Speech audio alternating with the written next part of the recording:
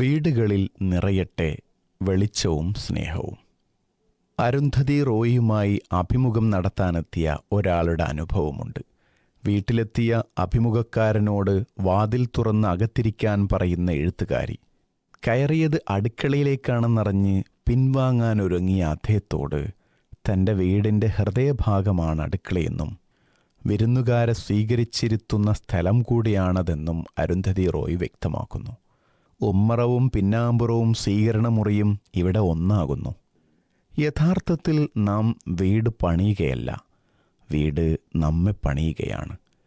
പലതരം മുറികൾ കൂട്ടിയോജിപ്പിച്ച ഇടമല്ല വീട്, ഹൃദയമുള്ള ഇടമാണ് വീട്. പ്രണയവും സ്നേഹവും വാത്സല്യവും നന്മയും വളരുന്ന ഇടം. വീട് വിട്ടിറങ്ങുന്നവൻ വീട്ടിൽ നിന്ന് ലഭിക്കാത്ത സൗഹൃദവും സ്നേഹവുമാണ് തേടുന്നത്. തെരുവോരങ്ങളിലെ ടാർപോളിൻ ഷീറ്റിനടിയിലും വീട് രൂപപ്പെടുന്നത് അവിടെ സഹവർത്തിത്വം ഉണ്ടാകുന്നതുകൊണ്ടാണ്. സുരക്ഷിതത്വത്തിൻ്റെ അവസാന വാക്കും ആത്മവിശ്വാസത്തിൻ്റെ ആദ്യ ചുവടുമാണ് വീട്. എന്നാൽ വീടുകളിൽ എത്ര പേർ സുരക്ഷിതരാണ്? പരീക്ഷയിൽ തോറ്റതിനു ശേഷം എത്ര കുട്ടികൾക്ക് ആത്മധൈര്യത്തോടെ സ്വന്തം വീട്ടിൽ ചെല്ലാനാകും? വീട്ടിൽ എന്തൊക്കെ വേണമെന്ന ചോദ്യത്തിൻ്റെ ഉത്തരം കാറ്, TV, ഹോം തിയേറ്റർ തുടങ്ങിയവയൊന്നുമല്ല.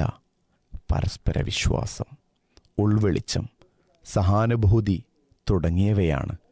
വീട് പണിയുന്നത് എഞ്ചിനീയറോ പണിക്കാരോ അല്ല, വീടിനുള്ളിൽ വസിക്കുന്നവരാണ്.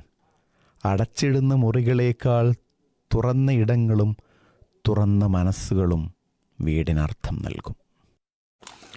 മാഷാ അല്ലാഹ്, മനോഹരമായ ഒരു ഡിസ്ക്രിപ്ഷനാണ്, വിശദീകരണമാണ്, വിവരണമാണ്. സലാമാഷിൻ്റെ നല്ല രസമുള്ള ശബ്ദത്തിൽ അത് കേൾക്കുമ്പോൾ കുറച്ചുകൂടി ആഴത്തിലേക്കത് പോകുന്നുണ്ട്.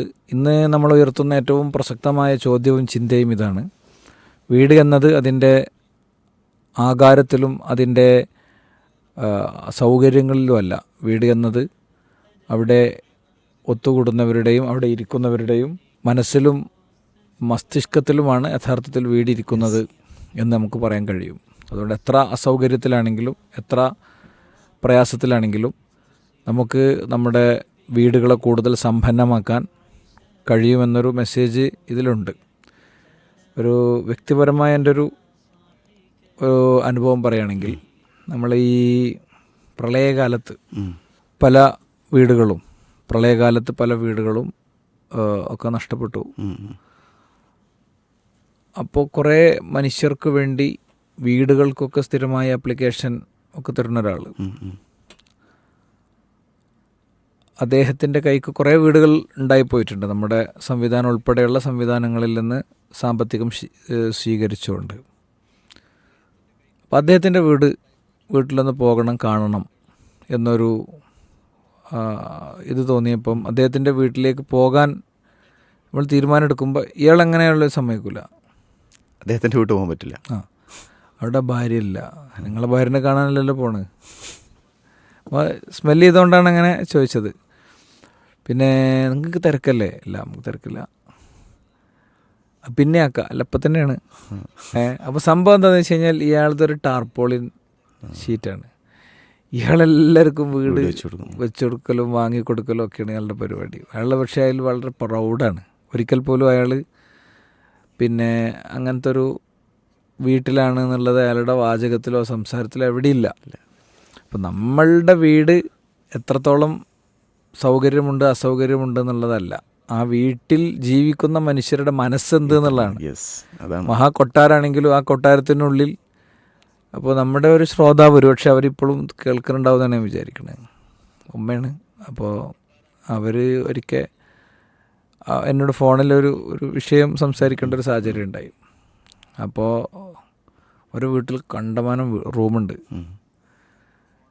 ആ വീട്ടിലവർ തനിച്ചാണ്, മക്കളാരൊക്കെ ഇല്ല, എല്ലാവരും മൂന്ന് ആൺമക്കളോ ഒറ്റണവർക്കുള്ള പെൺകുട്ടികളൊക്കെ പോയി ഉമ്മറ്റക്കാണ്. അപ്പം മലവി ഞാനിവിടെ മരിച്ച വീടാൽ അറിയണമെങ്കിൽ ദിവസങ്ങളെടുക്കും. ഇപ്പോൾ നമുക്ക് മക്കളോടൊന്നും അങ്ങനെ, അതൊക്കെ അവർ കണ്ടറിഞ്ഞ് അവർ ചെയ്യേണ്ടതല്ലേ എന്നാണ് അവരുടെ ഒരു മനോഗതം. അപ്പോൾ അരുന്ധതി റോയ് വളരെ എന്താ പറയുക, പിന്നെ വലിയ ചിന്തകൾ സമൂഹത്തിൽ ഉയർത്തിവിടുന്ന ഒരാളാണ്. അവരുടെ ഒരുപാട് ചിന്തകളോട് നമ്മൾ വളരെ സ്ട്രോങ് ആയി യോജിക്കുന്നു. ഏത് വ്യക്തിയോടും വിയോജിക്കുന്നത് പോലത്തെ വിയോജിപ്പ് അവരോടുണ്ടാകും. അപ്പോൾ ഇവിടെ ഇത് വളരെ കറക്റ്റാണ്. ഈ നമ്മളെ ഒരു വീടുണ്ടാക്കി ആ പലപ്പോഴും എന്താ വെച്ചാൽ 3D വീടുണ്ടാക്കാൻ ഭയങ്കര എളുപ്പമാണല്ലോ. 3D വീടുണ്ടാക്കിയിട്ട് പിന്നെ അത് സാക്ഷാത്കരിക്കാൻ വേണ്ടി ജീവിതം തന്നെ ഒഴിഞ്ഞു വെക്കുകയാണ്. പണ്ട് പിന്നെ ഒരു കുട്ടി എഴുതിയ പോലെ വീട് വെക്കാൻ ലോൺ എടുത്തു, വീട് വിറ്റു, ലോൺ അടച്ചു എന്ന് പറയുന്ന പോലെ ഒരു വീടുണ്ടാക്കാൻ വേണ്ടിയിട്ട് ബാക്കിയെല്ലാം അങ്ങോട്ട് കൊടുക്കുന്ന ഒരു അവസ്ഥ പൊതുവെ ഉണ്ടാവാറുണ്ട്. എന്ന് മാത്രമല്ല, ഒരു വീടിൻ്റെ പണിയൊക്കെ തുടങ്ങിയാൽ ഒരുപാട് നന്മകൾ സ്റ്റോപ്പാകും ആൾക്കാരെ. വീടിൻ്റെ പണിയുണ്ട് എന്ന് പറഞ്ഞിട്ട് എല്ലാറ്റിൽ നിന്നും മാറുന്ന അവസ്ഥയും സാധാരണ കാണാറുണ്ട്. അപ്പോൾ വീട് സംബന്ധിച്ച ഒരു കാഴ്ചപ്പാടാണ് ഇവിടെ യഥാർത്ഥത്തിൽ കിട്ടുന്നത്. നമ്മളെ കൊക്കിലൊതുങ്ങണ വീടുണ്ടാക്കുക, ആ ഉള്ള വീട് അതിൻ്റെ വൃത്തിയും വെടിപ്പും അത് അവിടുത്തെ മാനസിക അടുപ്പങ്ങളും ഒക്കെ സാധ്യമാകാനുള്ള കാര്യങ്ങൾ ചെയ്യുക. അപ്പോൾ എല്ലാം ഭംഗിയായി ഗംഭീരമായി പോകുമെന്ന് തന്നെ നമുക്ക് പറയാം. വീട്ടിലെ ചുമരുകൾക്കുള്ളിൽ വീടിൻ്റെ ചുമര് നമ്മൾ പണിഞ്ഞേക്കാം, പക്ഷേ അവിടെ പറഞ്ഞൊരു പ്രധാനപ്പെട്ട പോയിന്റ്, വീട് നമ്മളെ പണിയാണ് ശരിക്ക്.